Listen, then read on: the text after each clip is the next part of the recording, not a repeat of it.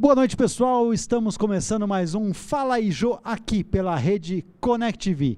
Continuamos no momento da pandemia mundial causada pelo Covid-19 e continuamos falando sobre isso. Já falamos de diversos assuntos e hoje vamos falar de economia ligada à área da saúde. O nosso entrevistado é consultor especializado em valor na saúde. Já exerceu diversos cargos de gerência administrativa e financeira em diversos hospitais e outras instituições, inclusive na Santa Casa de São Paulo. Estou falando do economista Senjiro Kinukawa, que será o nosso entrevistado dessa noite. Senjiro, seja muito bem-vindo aqui ao Fala aí, Jô, dessa noite. Muito obrigado, Jô. Muito obrigado, telespectadores. É uma satisfação muito grande estar aqui com você e falar um pouco sobre saúde, sobre economia, sobre essas questões que tanto tem nos afetado hoje. E hoje está tudo muito ligado, né, Senjiro? E eu queria te perguntar, começar te perguntando justamente, nós estamos num momento de priorizar saúde ou economia? Ou os dois são importantes nesse momento? A gente tem até algumas divergências aí na mídia, mas o que deve ser priorizado nesse momento? Olha, Jô, tá difícil, porque o coronavírus hoje, ele é uma inovação destruidora global, mundial. E ela afeta exatamente dois pontos muito importantes da sociedade, quais sejam a saúde e a economia. Prioridades, a gente tem que começar sempre com a saúde, com a vida. E essa é a nossa luta hoje. Pelos números que nós estamos tendo até agora, eu particularmente, e é um desejo meu, na verdade, é mais um desejo, de que a coisa comece a retroceder na área da saúde. Por outro lado, a gente não pode esquecer a parte econômica, que as pessoas estão perdendo emprego, as pessoas estão ficando em casa, mas os seus negócios estão parados. E sem faturamento, ninguém sobrevive. Sobre esse aspecto, Jô, é importante que, primeiro, os cidadãos recebam um apoio governamental. Não tem jeito, não há como um patrão tentar ajudar, vai ajudar, está ajudando, mas nós precisamos de um suporte financeiro, dinheiro, lá na mão do cidadão que está sem emprego, aquele que não tem carteira registrada, não tem nenhuma indenização, o dinheiro tem que chegar lá, primeiro. Segundo ponto é os pequenos, médios e microempresários. Esses também não têm crédito, precisa desse recurso para fazer essa travessia, que eu tenho certeza que nós vamos ultrapassar, né? Mas tem que ter esse fôlego aí. Então, esses dois pontos em termos econômicos é para já. Não dá para ficar esperando. A próxima fase seria trabalhar com o restabelecimento da economia. Vai ter que ter muitos projetos, muitas iniciativas, governo municipal, federal, estadual, juntos, para que a gente possa reverter esse quadro e colocar a economia no rumo novamente. E como você falou, né, vai ter que ser um trabalho conjunto aí, né, eles vão ter que deixar de lado um pouquinho esse estrelismo, vamos dizer assim, de um lado e de outro e trabalhar realmente em conjunto, porque a população vai precisar, né? E eu queria te perguntar, então, e justamente em relação a isso, a gente vê aí algumas pessoas falando de um retorno não imediato de tudo, aos poucos, estão começando, falam de se começar pelo comércio de rua, depois ir para outros tipos, mas aí eu te pergunto uma coisa, né? A gente que lida, você lá na Santa Casa, sim, eu no colégio, a gente lida também com educação. Como que eu volto a trabalhar, por exemplo, eu e minha esposa voltamos a trabalhar se os nossos filhos estão sem aula? Então, como fazer para que tudo volte ao normal e de uma forma realmente saudável, né? Porque assim, para eu voltar a trabalhar, meu filho precisa voltar para a escola, senão eu não tenho com quem deixar E aí, como que você vê esse retorno? Ele vai ser gradual, vai ser aos poucos, vai ser por setor? Como que deve ser isso? Olha, João, pergunta difícil de se responder. Mas como eu comecei falando, coronavírus é uma inovação. Coisa nova, está aqui há 4 meses no mundo, uma multiplicidade enorme e um impacto maior ainda. Tudo negativo.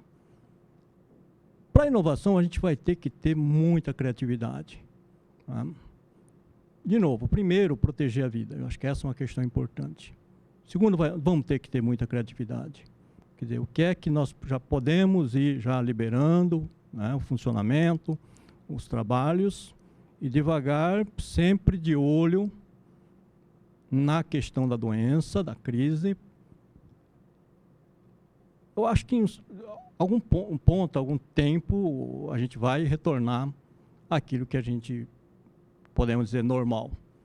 Mas não tem fórmula pronta, cada um tem que se adaptar na medida em que as liberações de volta ao trabalho forem ocorrendo.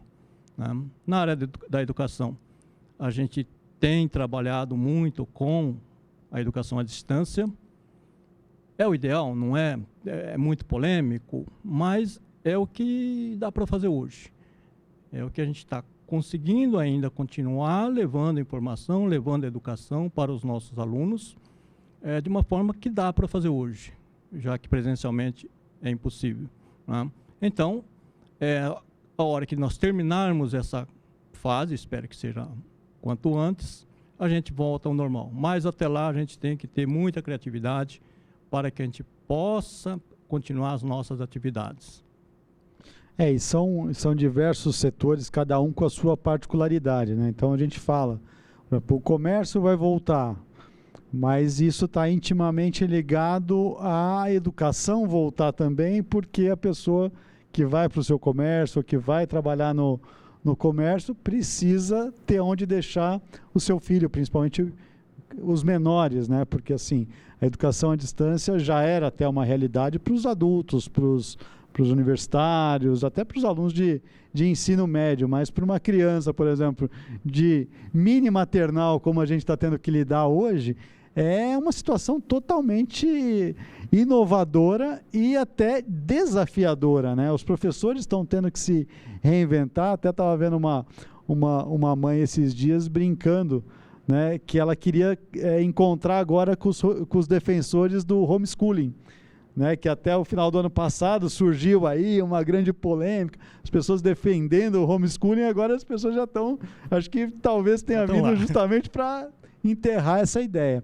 Mas, ao mesmo tempo, a gente tem essa situação, e aí você tem outros setores que com certeza vão ficar muito mais tempo parados, né? Porque, por exemplo, o setor de eventos. Como que eu vou fazer um evento para 300, 500, 1.000 pessoas, um congresso? São Paulo vive muito disso, né?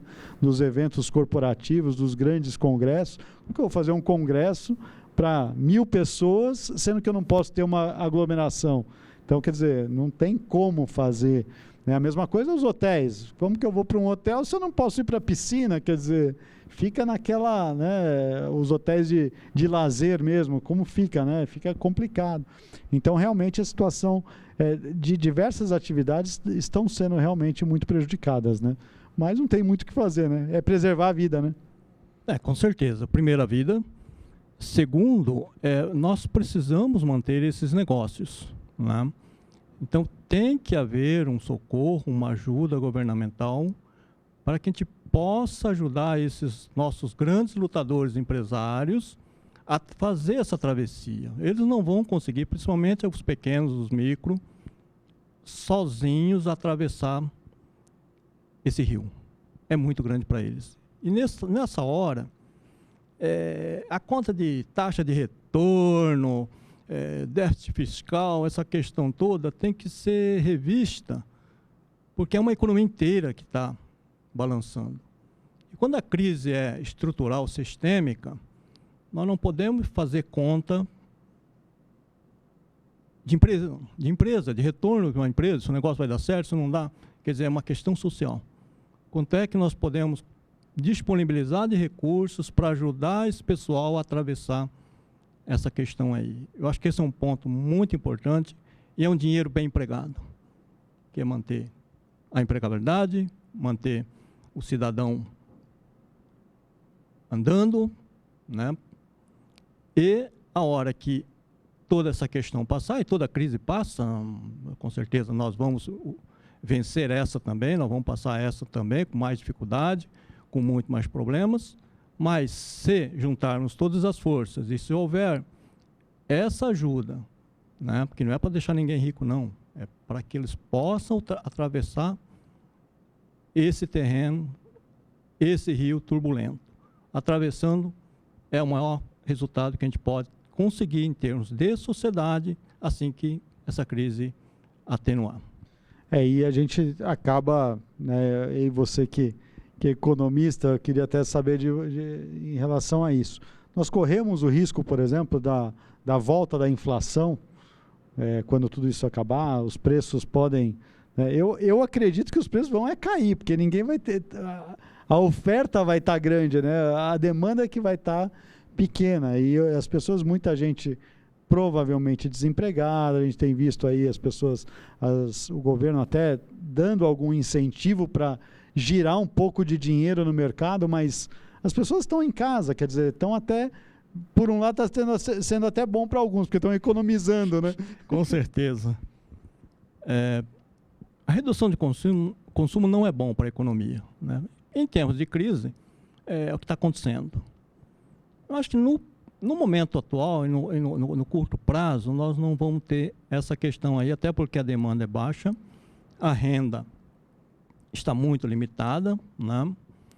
Não vamos ter esse problema. Eu acho que a gente tem que tomar cuidado mais para frente, porque se antes da crise a questão econômica brasileira já levava uma certa preocupação com a dívida bruta brasileira a 76%, 75% do produto interno bruto, agora que ela deve ir para 90%, tem alguém falando aí, alguns falando em 100% do produto interno bruto, isso vai ser uma pressão muito grande para o governo. Quer dizer, tá certo, bom, uma hora nós precisamos fazer o socorro das pessoas, dos cidadãos, das empresas. De outro lado, o governo tem que ter esse recurso, esse financiamento, né?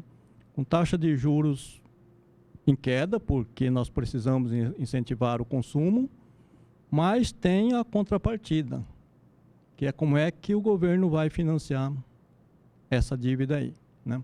Essa para médio e para longo prazo é uma questão que a gente tem que tomar cuidado. Porque além de todos esses incentivos que estão sendo feitos, né, os próprios empréstimos para pagamento de folha de pagamento, a suspensão dos contratos, onde o governo vai entrar lá com o seguro, com auxílio-desemprego para o funcionário que está empregado, mas vai estar num momento ali de contrato suspenso para que não se perca o emprego no futuro. Então, tudo isso o governo vai despender de um grande valor e, ao mesmo tempo, a arrecadação vai cair, né? Porque os impostos, o faturamento da empresa diminui, o imposto que ele vai pagar diminui também, mesmo não se mexendo em alíquotas, né? Não, já caiu. Já caiu, a pressão é muito grande sobre o município, sobre o governo estadual, sobre o governo federal. A questão é que hoje, e até por bem, quem pode, entre aspas, emitir dinheiro é o governo federal, né? Então, se o governo municipal e estadual não consegue emissão de moeda, entre aspas, que na verdade não vai sair, né, imprimindo moeda, né, reais, o governo federal tem um papel importante. Mas o governo federal tem excelentes técnicos, tem ministérios lá muito bons, pessoal muito bom lá, e com certeza eles vão achar uma saída para essa situação. Maravilha. Bom, pessoal, o papo tá bom, super interessante, mas nós precisamos fazer uma pequena pausa para os nossos comerciais. Já já a gente volta com o Fala aí, Jô, dessa noite. Até já!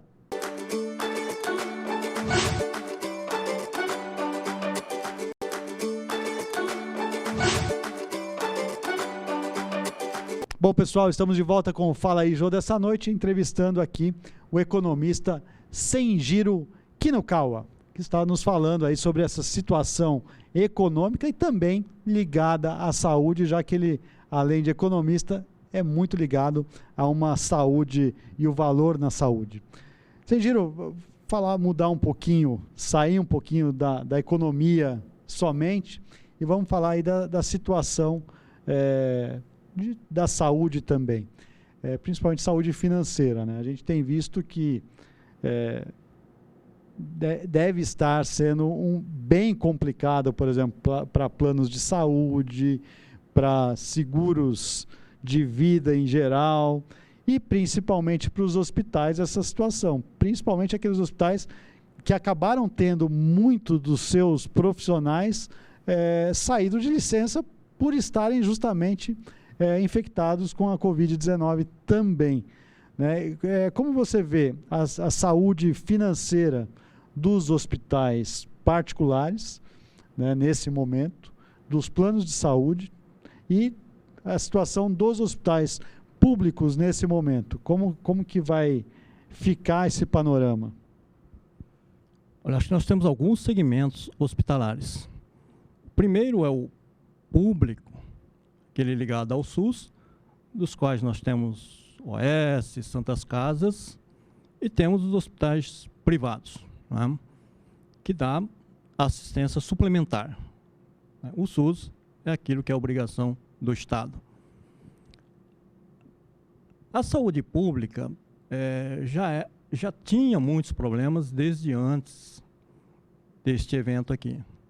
Subfinanciamento, gestão, uma série de questões que já vinha vindo. E com essa questão, ela certamente se agravou. Um atenuante é que a sociedade tem contribuído muito mais hoje, né, nesse período, para com a saúde pública. Isso certamente vai ajudar os hospitais. Mas não tem tranquilidade, não. Eu acho que a questão não é fácil, é séria. A gente tem que tomar cuidado também por aqueles que cuidam da saúde dos outros, com EPIs, com condições de trabalho. Isso é muito importante, porque se eles adoecerem, vai faltar gente para atender aqueles cidadãos que necessitam. Isso é um retrato da área pública. Na área privada, a procura ainda não aumentou na medida que estava se cogitando. Há várias razões, há várias argumentações, né? Como uma coisa nova, ninguém tem uma certeza, mas especula-se que esse público tenha se preocupado, tenha que se prevenido mais e que a taxa, o coeficiente de incidência do coronavírus tenha sido um pouco menor para esse público de hospitais privados. E com isso, então, eles mantêm uma taxa de ocupação menor, né? Incluindo o relacionado a coronavírus. E aí você tem também uma situação que até o ex-ministro Mandetta falava, né, que a doença chegou primeiro nos ricos para depois chegar nos mais pobres. E isso acabou dando uma oportunidade para o serviço público se preparar um pouquinho melhor para receber esses pacientes todos que viriam a ser atendidos. Mas, ao mesmo tempo, a gente vê, talvez, não sei se, baseando nisso que você acabou de falar, talvez também as pessoas mais abastadas tenham uma vida mais saudável, talvez. Por isso, mesmo tendo a doença, acabam não sendo tão afetados, não sei. Não sou médico, então não consigo falar, mas a gente supõe, né? E uma outra coisa que aí eu queria ver com você que está ligado também lá à Santa Casa e todo esse sistema de saúde, já teve em grandes hospitais, né? E a gente tem visto, por exemplo, estatísticas que têm sido colocadas, por exemplo, o bairro mais afetado, o Morumbi, porém com menos mortes. Outros bairros mais periféricos com um número imenso de pessoas de morte, um número muito maior de mortes, com menos infectados.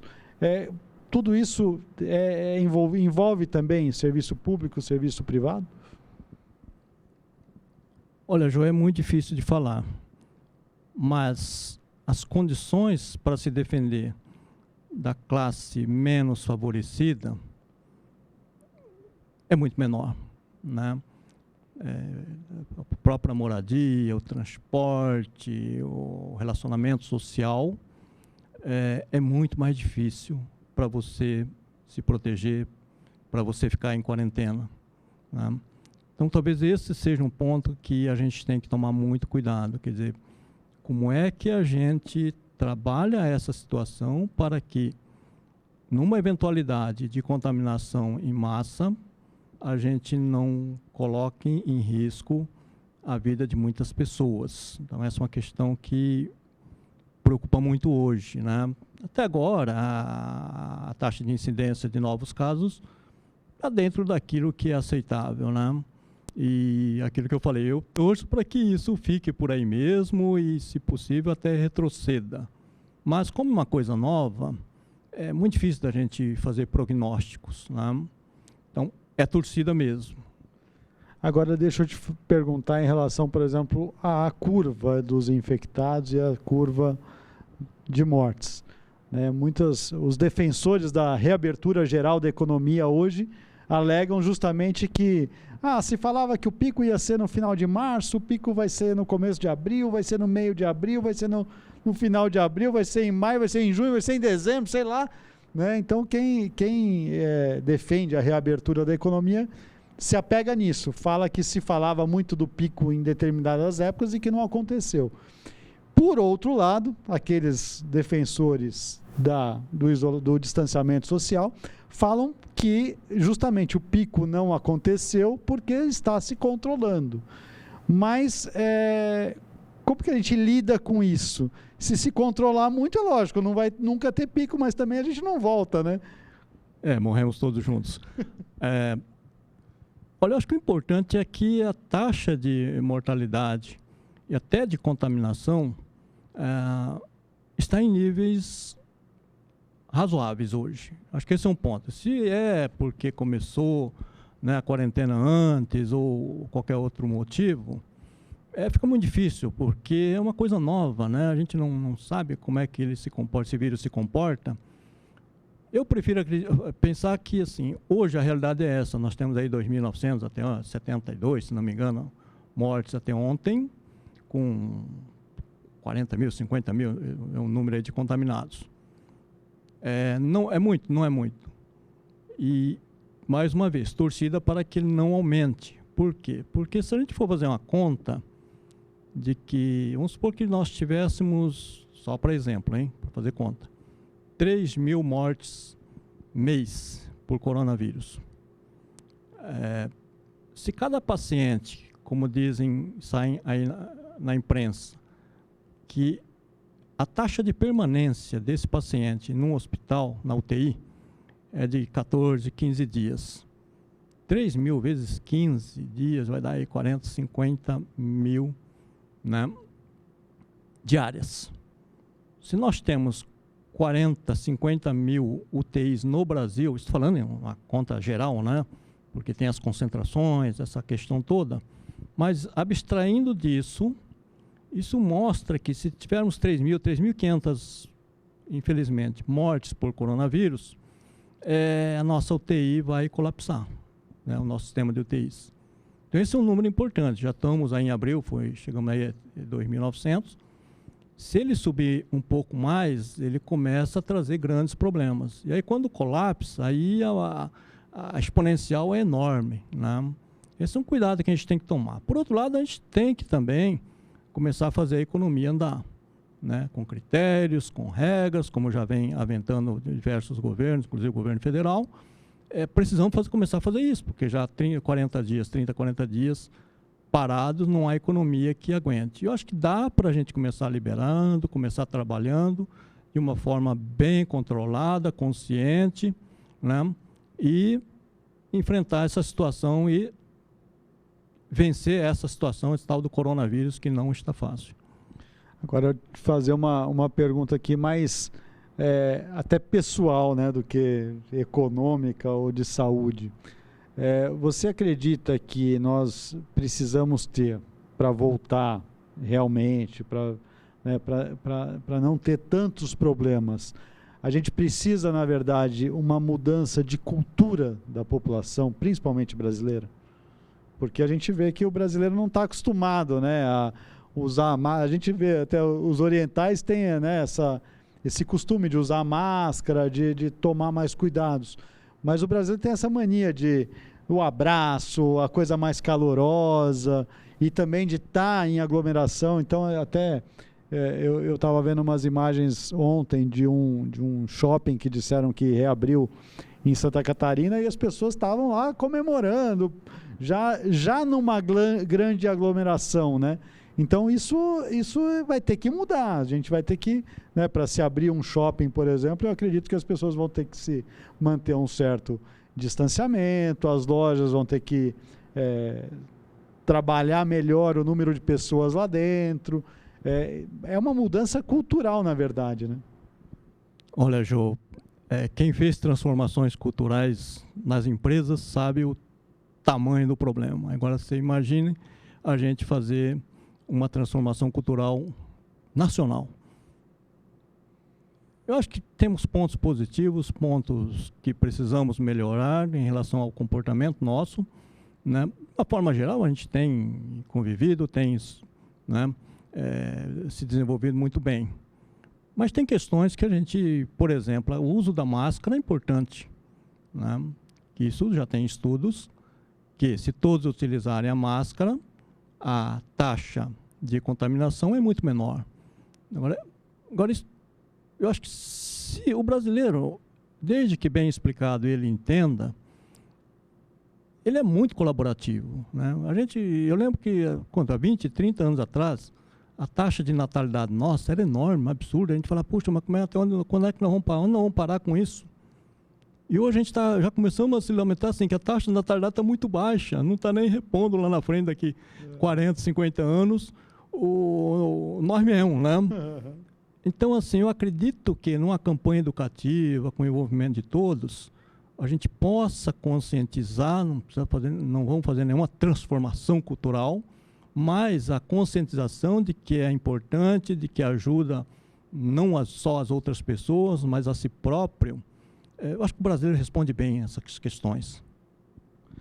Porque a gente realmente vai ter que fazer né, principalmente você que está defendendo aí voltar a qualquer momento, né, voltar de qualquer jeito, nós vamos precisar realmente mudar a nossa cultura, mudar a nossa forma de viver, até em relação à nossa conduta, né? Eu tenho visto, estava comentando com o nosso diretor aqui da TV agora há pouco, que a gente tem visto supermercados lotados, principalmente de grupos de risco, né? Então eu tive analisando esses dias num supermercado e acabei nem entrando porque a fila para entrar no supermercado estava tão grande que não dava para parar naquele momento. Melhor a gente voltar num horário mais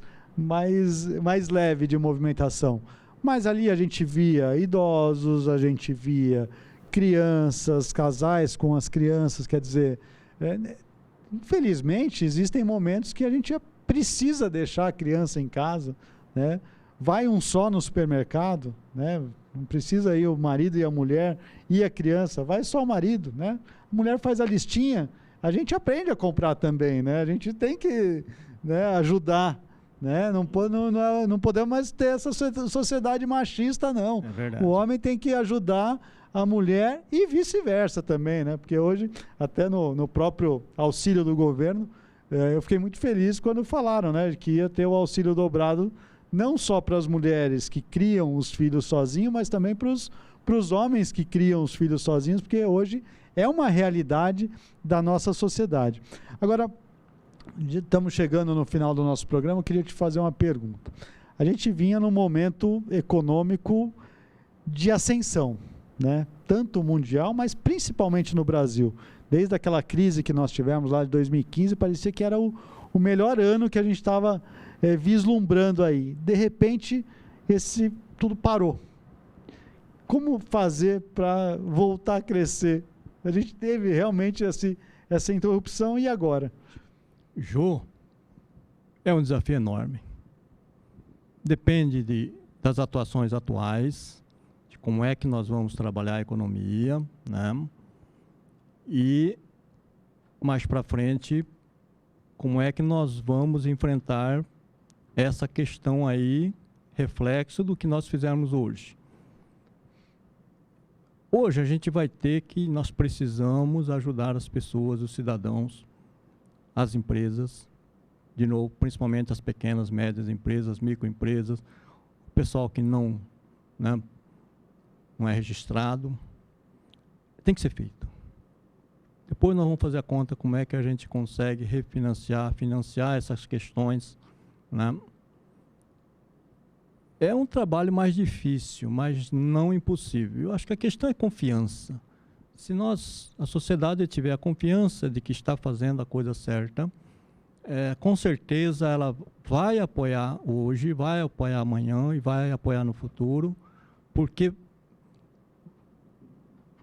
sem esse apoio vai ser muito difícil, porque os desafios são enormes, porque, é o que eu falei, com 75% de dívida bruta já era difícil para o governo, né, conduzir essa economia, né? Faltavam as reformas, a reforma foi feita a Previdência, né, mas tem a tributária, tem outras reformas a serem feitas, né, inclusive a administrativa, e agora isso tudo foi lá para frente. Mas foi lá para frente com uma dívida que provavelmente vai ser de 95%, 100% do PIB. Então, numa condição muito pior. Mas isso é o fim do mundo? Não é. Lógico que não. Eu acho que a questão fundamental é a confiança. Se o povo tiver confiança de que está no caminho certo, certamente vamos vencer mais esse desafio, como tantos outros que o brasileiro já enfrentou e já venceu. Bom, pessoal, estamos chegando no final. Eu queria pedir para o Senjiro aqui a sua mensagem final para todos os nossos telespectadores. Lembrando que, né, dizem que um dos melhores ministros da saúde que nós tivemos foi um economista. Eu não sei qual seria a conduta dele hoje, né, como ministro. Se ele ia pensar na economia, na saúde, nos dois, o que fazer. Então eu pergunto para o economista o que a gente faz com a saúde. E a sua mensagem final, Senjiro? Olha, Jô, acho que a formação, é claro que se a formação é médica ou da saúde, vamos dizer, ele tem muito mais facilidade porque ele conhece muito mais o negócio. Mas isso não quer dizer que ele vai ser um excelente gestor também. Muitos são, né?